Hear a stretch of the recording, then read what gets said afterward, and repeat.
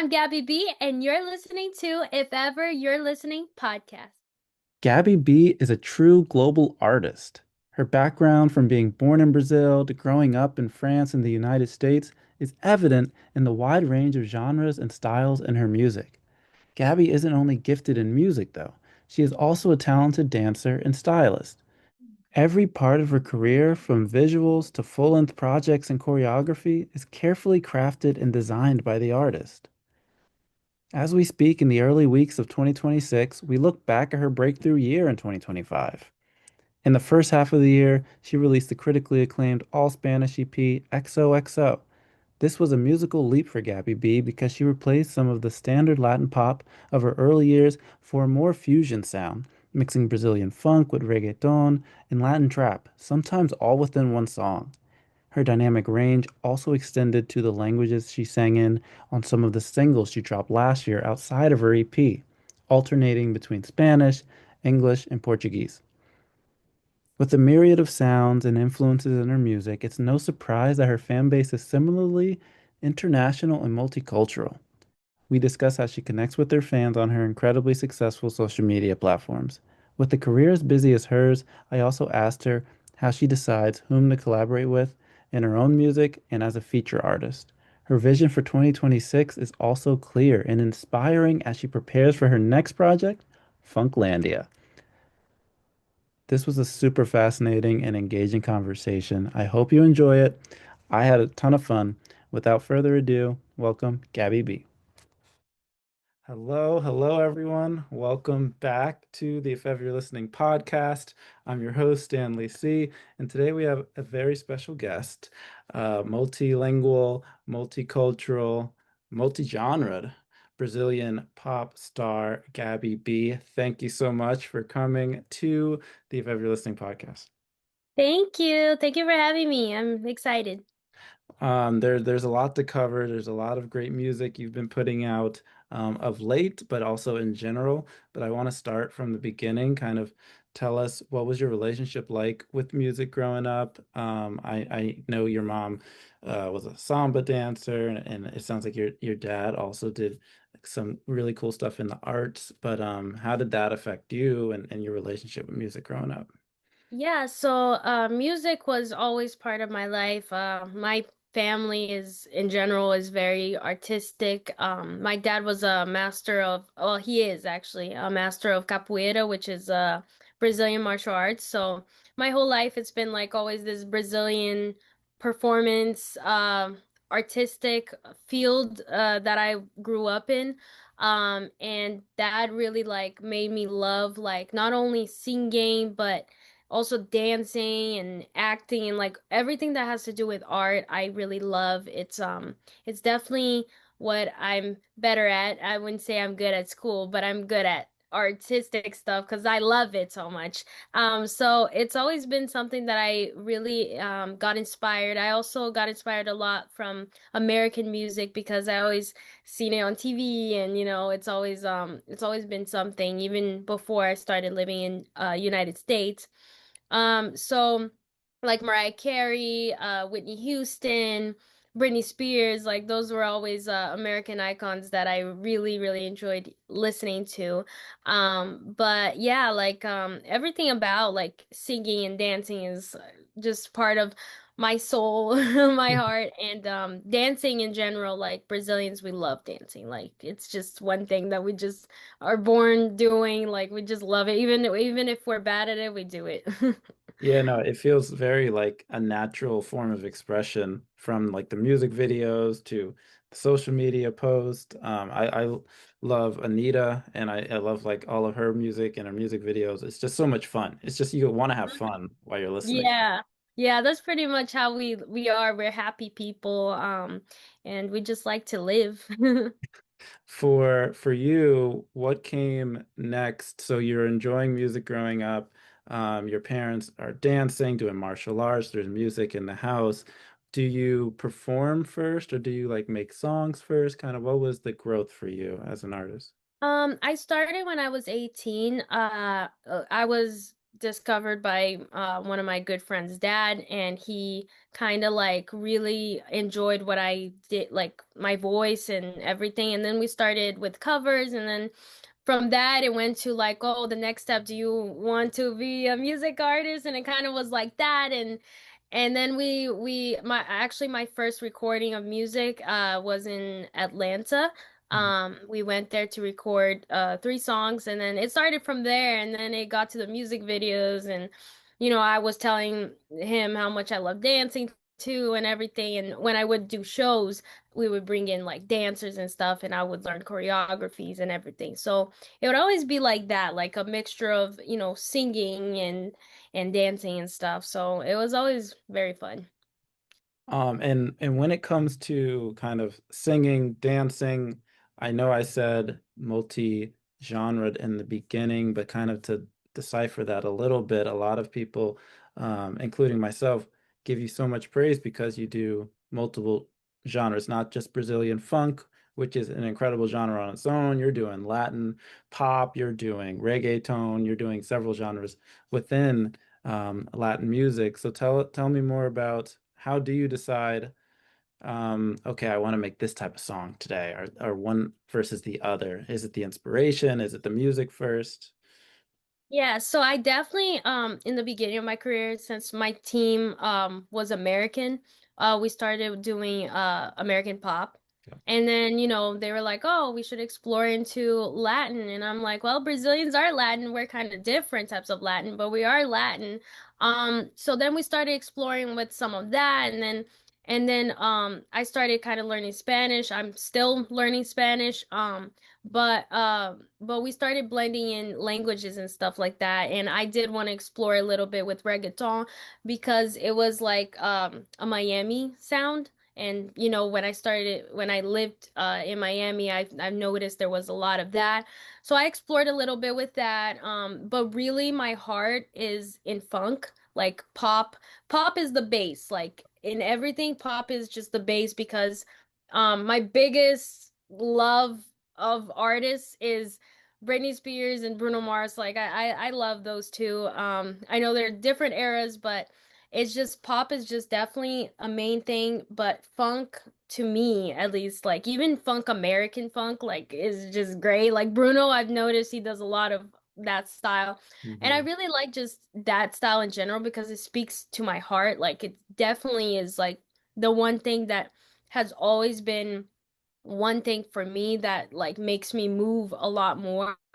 But also I love like sounds from everywhere. So in my music, I always like to fusionize it. So that's the word that I would like to use is fusion. So like, the bass can be pop and funk, but then there's fusion. You hear little instruments from different countries or different um nationalities and everything because honestly like when growing up I grew up like exposed to so many different countries and cultures. And living in France, I wasn't just with French people, I was with Muslims, Middle Easterns, and Asians. And then Canada, I was with Russians and Ukrainians, and it's just like exposing to so many things. So really that's like me. So yeah. That's so cool. That's so cool. And it shows in the music. Speaking of foundation, I was looking for kind of what was the earliest Gabby B like project I could find, and I found like the therapy EP from 2020. As you shrink in your seat. uh, But I kind of want to start there because we're gonna get to XOXO next. But I feel like we can't talk about XOXO until we talk about therapy because I see a lot of parallels. But kind of to walk me through what was that process like making that project? It still is multicultural. There's a bit of fusion. It's not as much fusion as an XOXO, but yeah. how was that for you? Yeah, so that was honestly, it was a put songs together type of album. Like it wasn't really, the EP was just put songs together, honestly. Because I was still starting, and those songs were honestly not like, like, oh, I did the whole thing from scratch, you know what I mean? Because it was the beginning. It's like the very beginning. I'm still learning how to be a music artist. I never done that before. But I would always sing in my room. So like it was always like a thing where I had to kind of learn first, work with a lot of songwriters and work with a lot of producers and every song was definitely different from the other song, and I was just trying to find my sound, honestly. That's the beginning of my career therapy. That was very like, oh, try to find my sound type of era of my life. Love that. Love that. And before we get to XOXO, you do collaborate a lot across genres as well, both as a feature, but you have features on your songs. Kind of talk to me about what do you look for in collaborators, both if they are asking you to collaborate, like what makes you say yes, and then what do you look for when you want to bring somebody else into your song?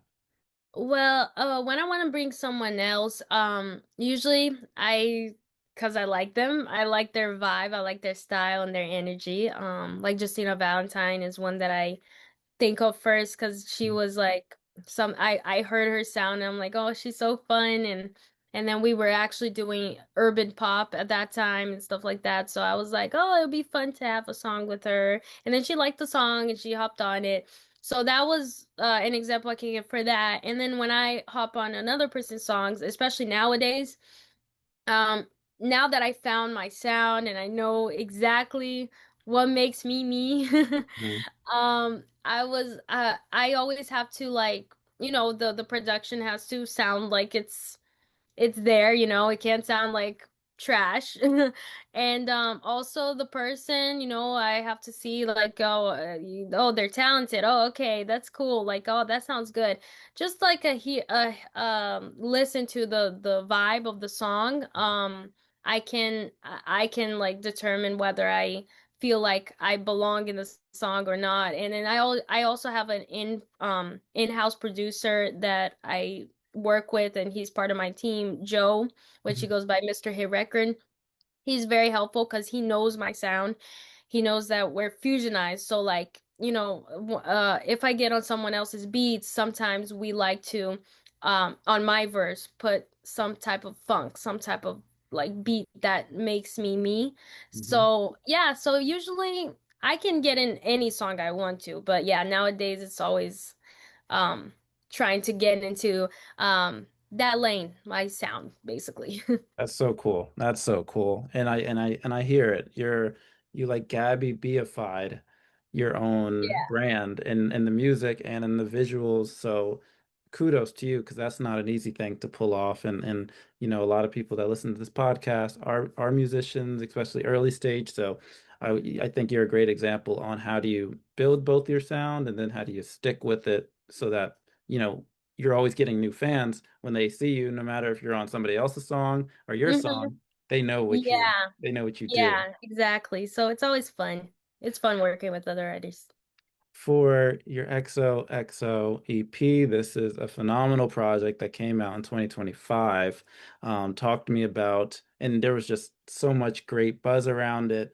You got on several like Rolling Stone and Spin magazines, like artists to watch, and I was like, let's Hmm. go. This is so Hmm. exciting.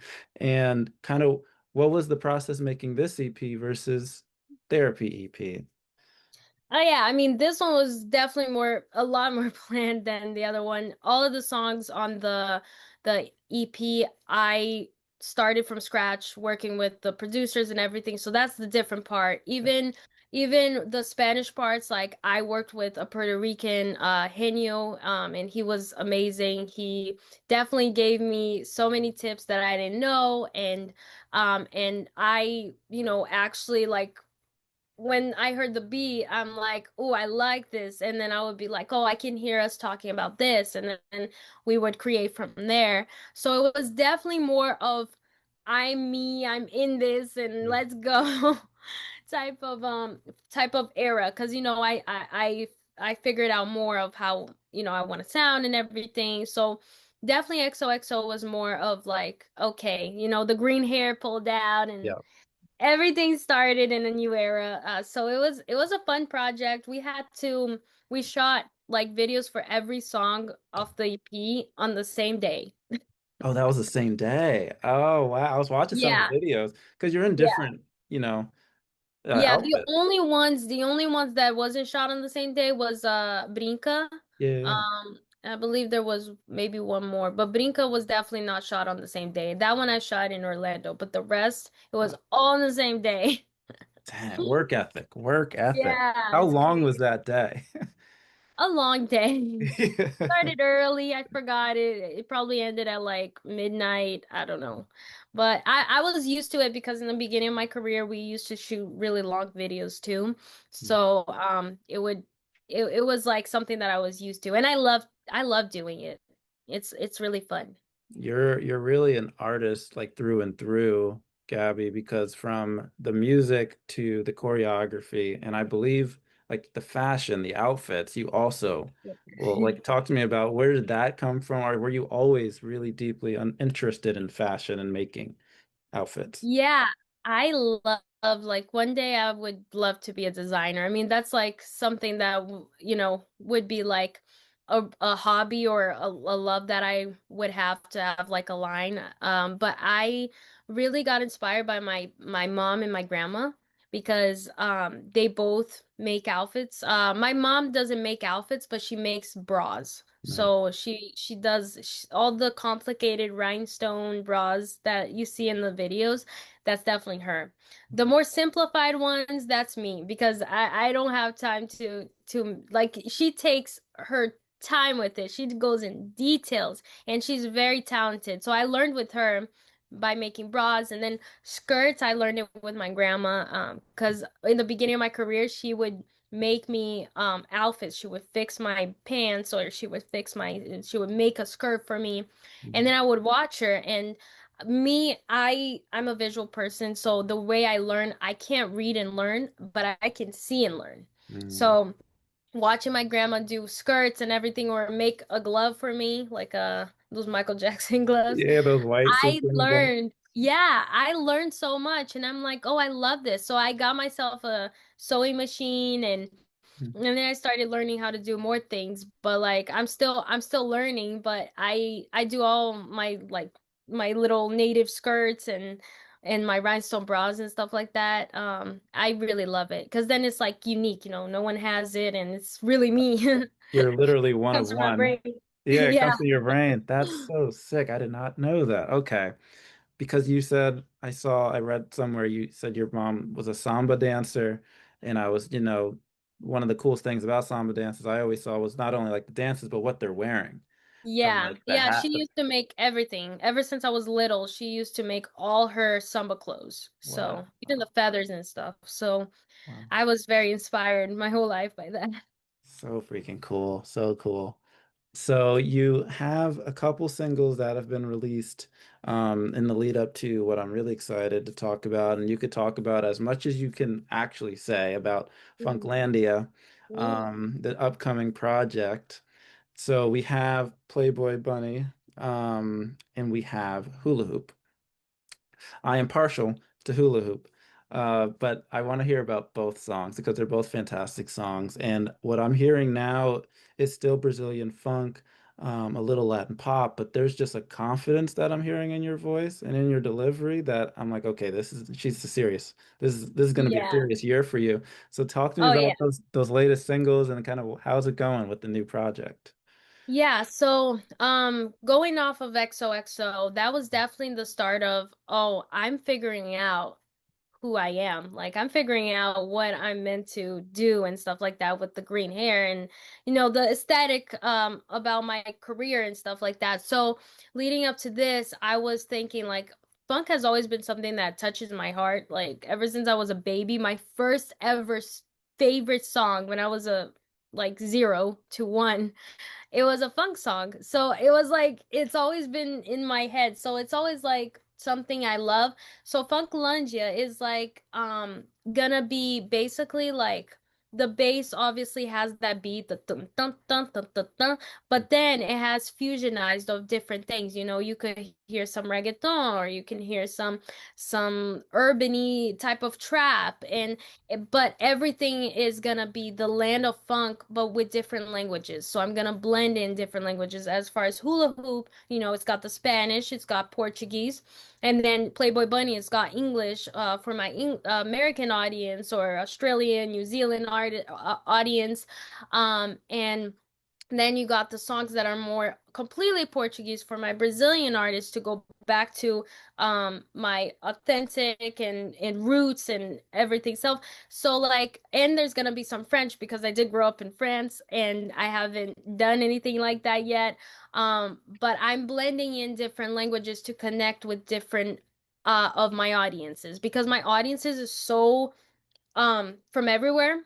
So like one thing that can bring us together with the same kind of dance feel, we can understand each other if I do different languages and mix it up, and then they can understand like, oh, I like this. But even if they don't understand, they can still relate to it because it's in the same world. It's like I'm trying to connect with different people, but it's still true to me because I understand how these languages work now, because I've lived in different places. So I'm not just, living in one country and in my own bubble and then deciding to sing in different languages. Is something that's more like it makes sense. So Funklandia is gonna be the world of funk with the blend of what is gonna be who are you gonna be in the world of funk. So if you look at it in a visual side, which is the other part that I'm still creating right now, Mhm. I compare it kind of to Universal map. So Yeah. you know the Universal map or the Disney map, how you see different lands and they have different names to it. So like I want to make a game where you take a quiz. I'm still like thinking about this. This is like Oh. not even done, but it's like you take a quiz. What world do you belong to? Do you belong to the more dancey world or are you more romantic or are you more of a devil? I don't know. Like it's different worlds in combined in one. So different parts of me. So yeah. That's so freaking awesome. Okay, I can't wait for this. Do we have I have to the journalist in me has to ask these two questions. Do we have a length of the project and a timeline on when it may come out? Or can you Honestly, not say? honestly, I can't even say right now. There's definitely things that I have to hold on and I'm still this is still a planning because it's gonna be a very important project to me. Mhm. I this is like my baby, so it's definitely gonna be one that I think people will really enjoy with the journey of seeing like how this comes about. But I can't say how many songs there are in it. No worries. Yeah, but but yeah, it's gonna come together really well. One thing you alluded to this was you have fans all over the world. One thing I should have mentioned in the beginning is that you chart all over the world in multiple countries, multiple continents, and it is to your credit the cross genre, the fusion of your music in terms of how it sounds, but also you sing in multiple languages, but it's all you. You're still centered in all of this. And in addition to kind of like the music that I think is really powerful and you're really good at, you're also really good at social media and you're really good at utilizing dance challenges, Instagram, visuals, videos, photos in a way that I think a lot of artists that are still emerging struggle with. But I see you actually excel at it. And I wanted to talk a little bit about how did you come to become really proficient at social media? Was it natural for you? Kind of did it come later or was it a struggle in the beginning? So it's actually it was like a gift and a curse for social media because how I started was really like an accident. Like it's not like the start that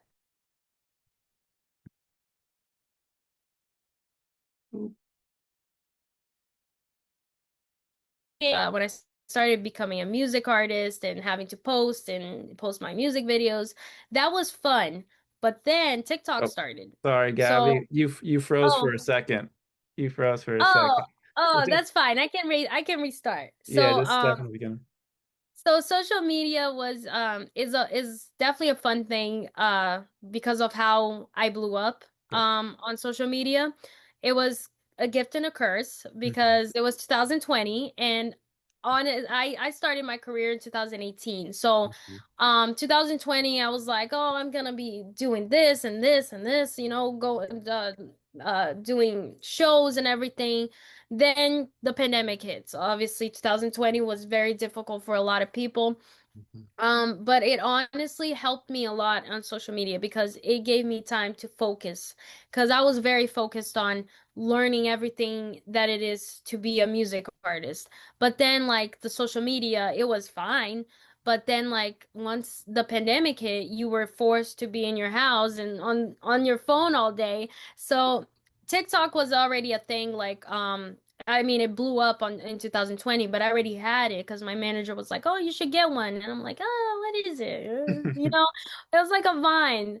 But then I got on it and I made some videos and everything. But then, like, I actually my first viral video, I was in Chicago. Nice. Yeah, so I was actually there for a sports spectacular show that my manager actually does and I was there and I just did a video and then suddenly the next day I woke up with like 6 million views on that video and then I went from 20,000 followers to 100,000 followers in a day and I was like, this Wow. is crazy. And it first blew up in India. So that was like the first country that it blew up in. I feel like it's because, well, also a lot of Indians think that I'm also Indian. So they saw the way I dance and everything and then they started thinking of me as a belly dancer, which I was like confused because I'm like I'm just dancing like a Brazilian. Like we move our hips and stuff like that. But then I'm like, "Oh, that's interesting. Let me search Mhm. up about more about belly dance because I know about it. But I didn't know about it. But the more I made videos, the more I gained followers, and that video right now is like I think 41 million views. Wow. So that the very first viral video went super viral. It went 40 million views in like less than a month. And then I think it's a yeah, obviously it stopped.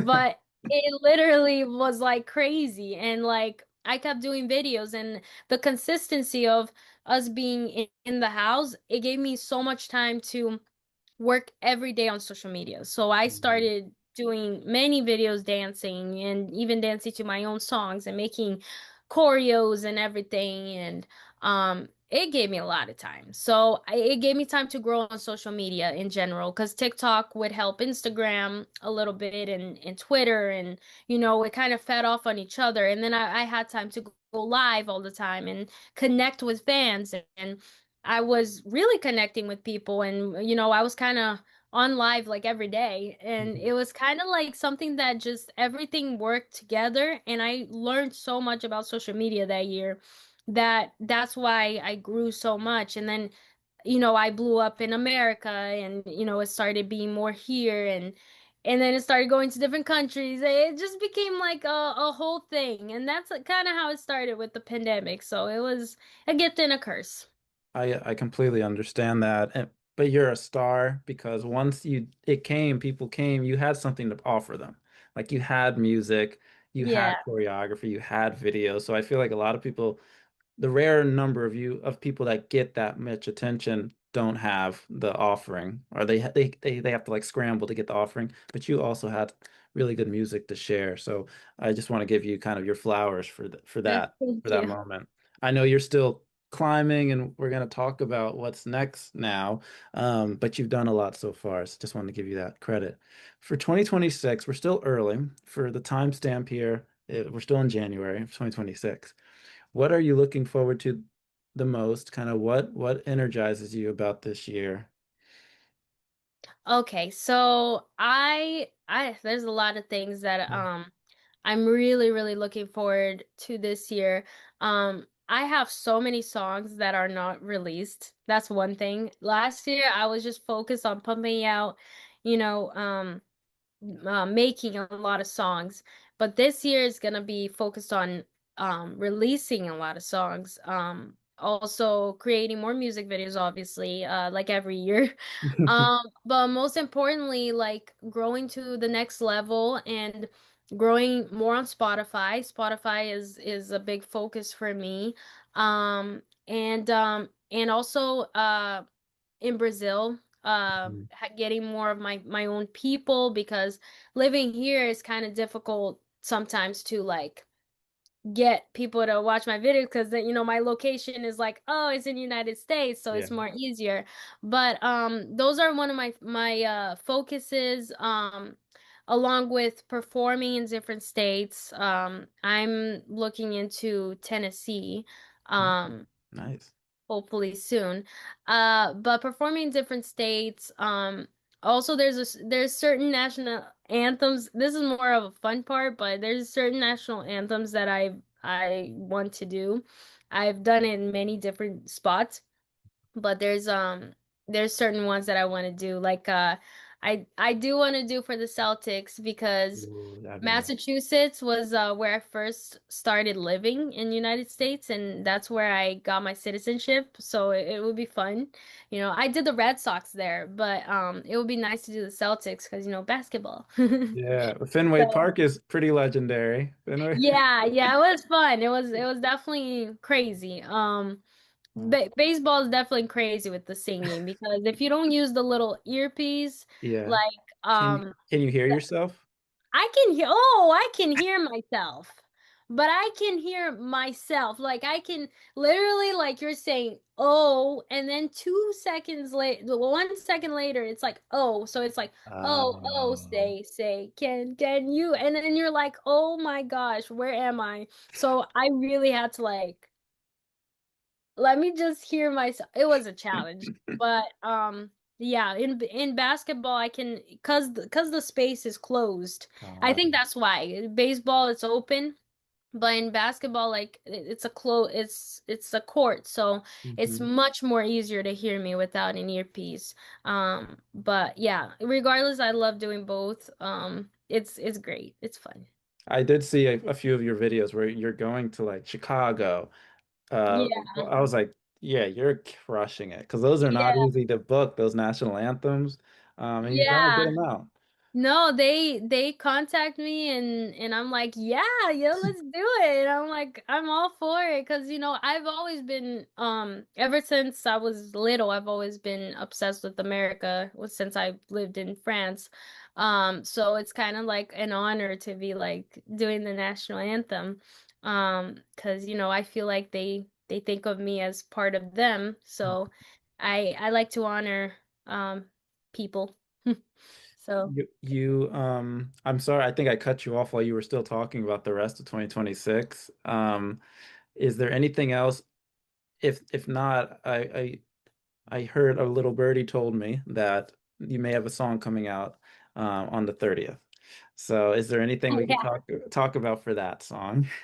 Yeah, I've talked about so many things, but yes, that is actually coming.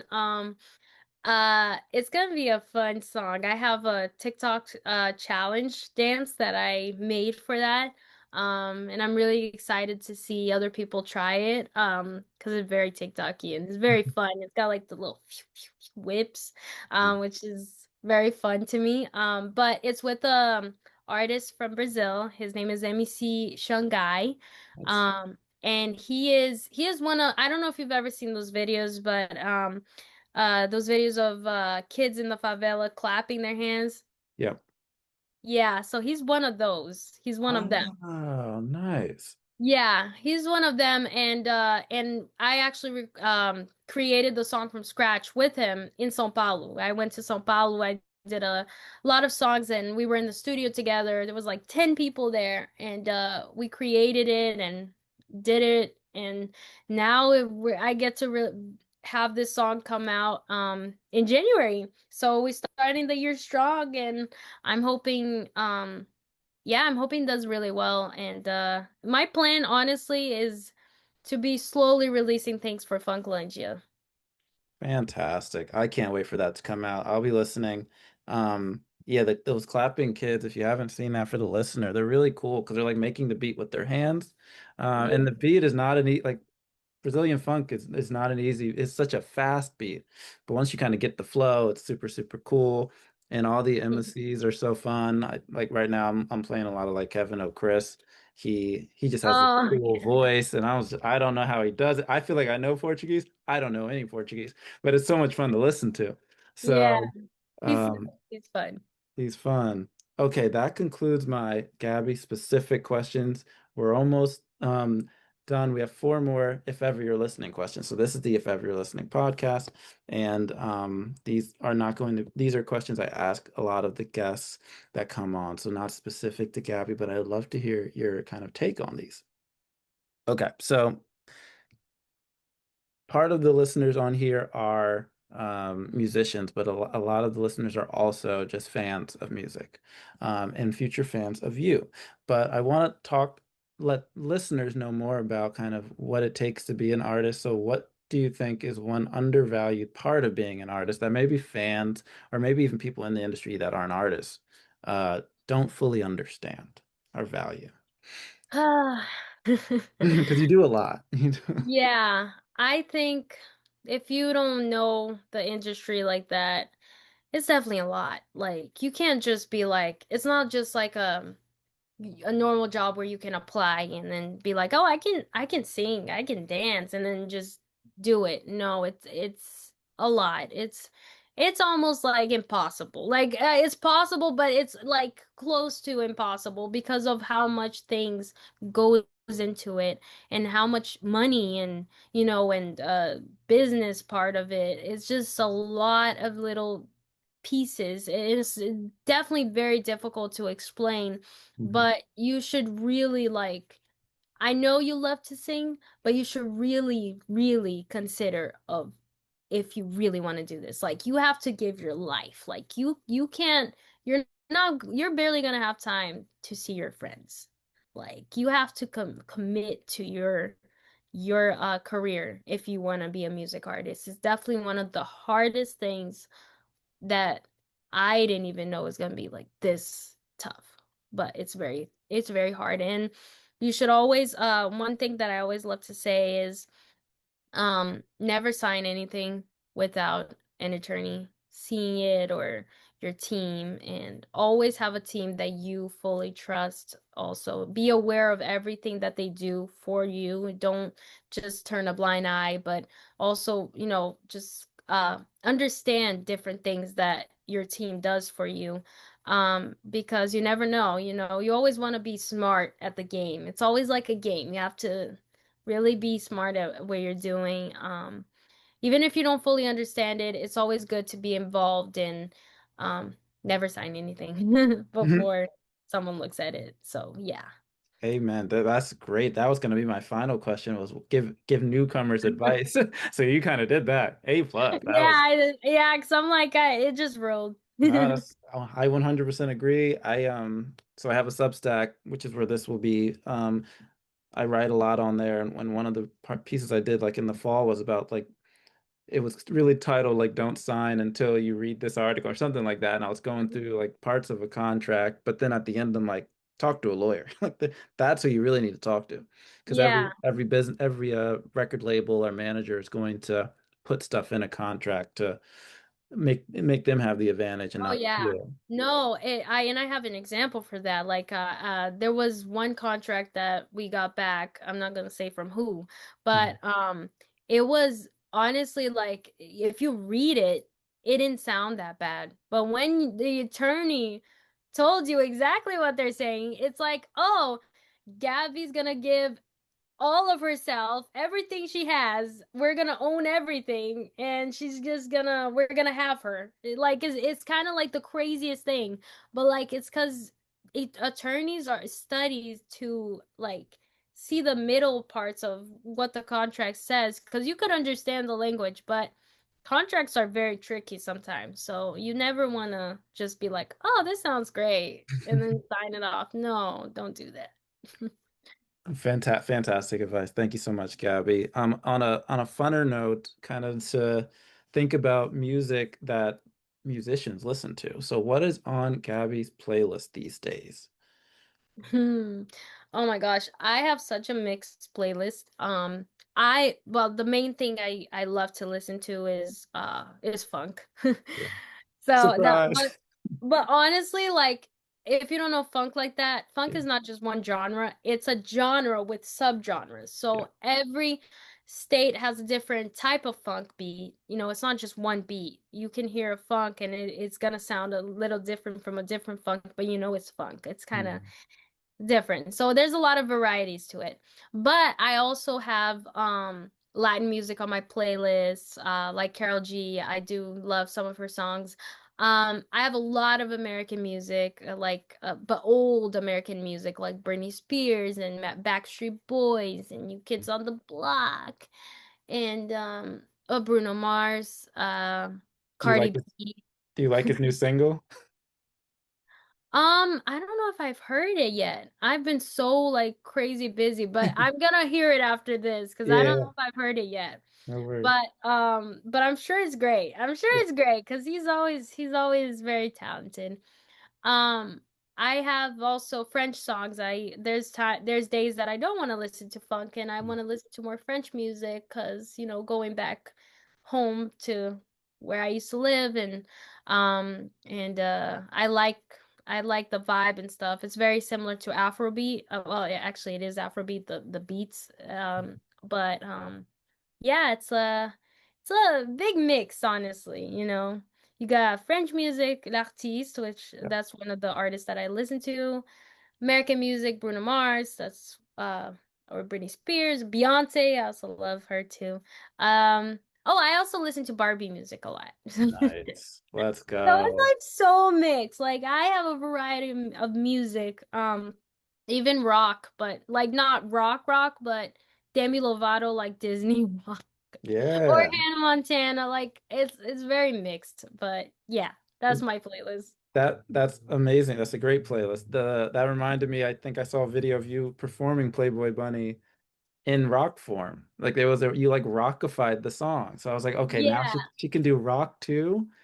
I don't I really love rock. I mean, growing up, like I feel like all the Disney songs were rock. yeah. Like it was like a rock base, so I'm familiar with it. And I really liked Demi Lovato style on when she was like that. So honestly, like I wanted a band to kind of do something live with Playboy Bunny, and that's how that happened. It was kind of an accident. I didn't expect me to do rock, but it was like, oh, this sounds good, so let's do it. Let's So go. I love that's so freaking cool. And then this is a topic a lot of people are talking about these days. Just want to get your take on it. If you don't have a take, that's also 100% okay. But artificial intelligence, from a musician's point of view, kind of how do you see it currently? Do you see it as a competition to musicians? Do you see it as a tool? Do you see it as a complement to your work? Kind of, or do you not see it as in anything, kind of its own thing? I see it as good and bad. Yeah. So for the good part, it is helpful with tools and stuff like that. Like, for example, like I wouldn't write a whole song with AI, but if you're stuck on something and you need like more rhymes and you're like very stuck, AI provides you a lot of different ideas, and then you're like, oh, that idea could lead you to think of more ideas. That's really helpful. Or if you want to create something, but you don't know how to, AI can help you create that, like a picture of something, like you want to just create something. But I would never use it to be like, oh, this is actually me, but no, it's AI. I would always use it when people know it's AI. So like in a appropriate matter. Now the bad part of it that I'm scared about is honestly like you see a lot of videos on the internet and a lot of people think it's real and it's AI. And it's like super dangerous because I've had people like do AI Photoshop of me completely naked. So like that's definitely very scary, but like I feel like it's the scary part of it is people believing in it and getting too real. And then like, you see a news report and people think it's real, but it's fake. And that's to me, I don't like messing with people's brain like that. But yeah, so far I can tell what's AI and what's not, but soon I don't feel like we're gonna be able to. Oh yeah. And that's scary. I think by the end of this year, definitely by the end of 2027, I think it'll be indecipherable. You'll Yeah, know you won't know the yeah. difference. It's pretty scary. I want to end on an inspirational note, an aspiring note. Thank you so much, Gabby, for talking with me today. I want to go back to advice. You provided a lot of great advice, but I kind of want you to center this advice to a specific person or an audience. So let's pretend it's Gabby in year one, so an artist like you in 2018 that knows they love to make music and really want to pursue it and feel like they know they have what it takes. From that year, if you were to meet this artist, and this artist, there's artists like that today. What one piece of advice would you give them? Okay, I think I understood the question. What advice would you give someone who's starting out right Just now? starting out. Yeah. I'd just say, just be authentic, don't try to be like what you think other people will want you to be. I think the more authentic you are and the more different you are is better as a music artist. Um, and again, I've given the advice of the contracts and everything, but I think just being yourself is the best thing you can be as an artist.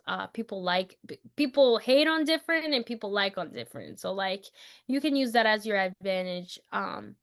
And never be afraid to post things just because you think it's cringe. Even if it's cringe, just post it. Hmm. Don't be Well, afraid. Just post. don't be afraid, folks. You heard her. Yeah. Gabby, thank you so much for speaking with me. You're a star. Keep shining this year. Thank Looking you. forward to future music. Thank you so much.